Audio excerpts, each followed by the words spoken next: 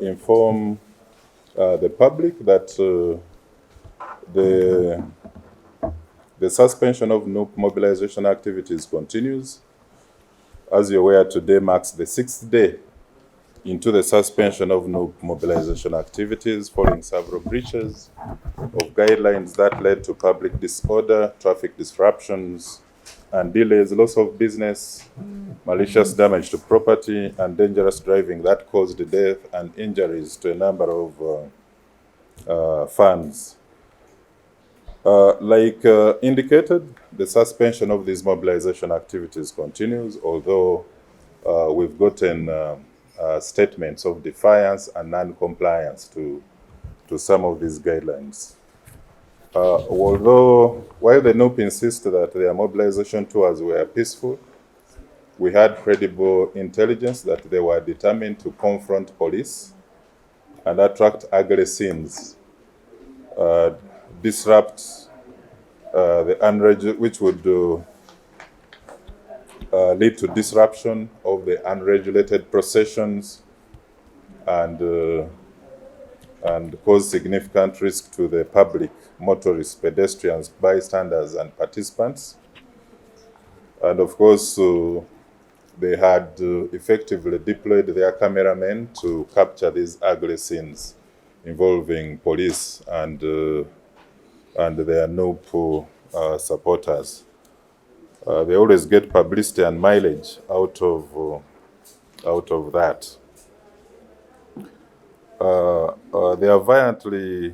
They have defiantly continued to indicate that they are going to proceed with the second phase. But they must be aware that as the police, we have a duty to police public meetings in a proportionate manner. And why we do this is because the priority has always been to ensure that millions of Ugandans and visitors in the country enjoy a safe and secure environment within the country. In the first phase, of course, police was calculated enough. We exercised the restraint and avoided any confrontations with the NUP that could have attracted ugly scenes for publicity and negative propaganda against the police and the country. Of course, in the previous NUP demonstrations, you remember several people lost lives. And others were arrested and charged with various crimes ranging from arson, malicious damage, incitement to violence, damage to our roads, obstruction of officers, and various traffic offenses. And in these demonstrations, there is no respect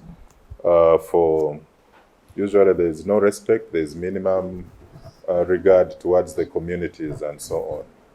So I want to call upon Ugandans and visitors in the country to stand in solidarity with the rule of law and reject these unlawful demonstrations and destructive behaviors that are associated with the NUP.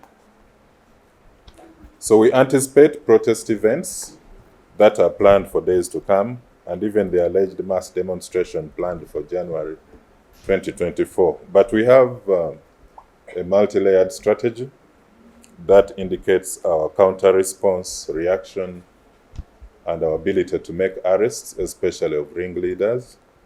So we will not rest until those who plan to use violence and impunity and lawlessness are brought to full justice in the country.